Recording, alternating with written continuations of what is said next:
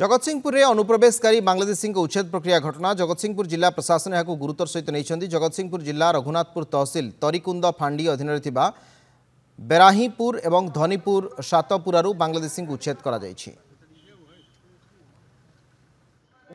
जो मुख्य अभियुक्त जो अच्छी सिकंदर आलम ताकू आमे ट्रेस करबा पई एवं धरिबा पई आमे ऑलरेडी गुटे इंडिपेंडेंट स्पेशल टीम गठन हो सारी से फर्स्ट डे रु हमर गठन हो जायछि। ता ऊपर आमे नजर रखिछु एवं तार मूवमेंट गुडा को आमे ट्रैक करिछु आ बहुत शीघ्र मु आशा करूछि ताकू आमे धरिबा पई सक्षम होइछु। तार गुटे पर्सनल जो एर्टिगा कार जे यूज करथिला सेटा जबत हेछि एवं तार घर जो भड़ा देथिला सेठू मारणास्त्र गुडा को सीजर हेछि। गोटे सेतरे कंट्री मेड पिस्तल भी सीज हेछि एवं ता नारे गोटे पासपोर्ट अछि सेटा भी हमें सीज करछु।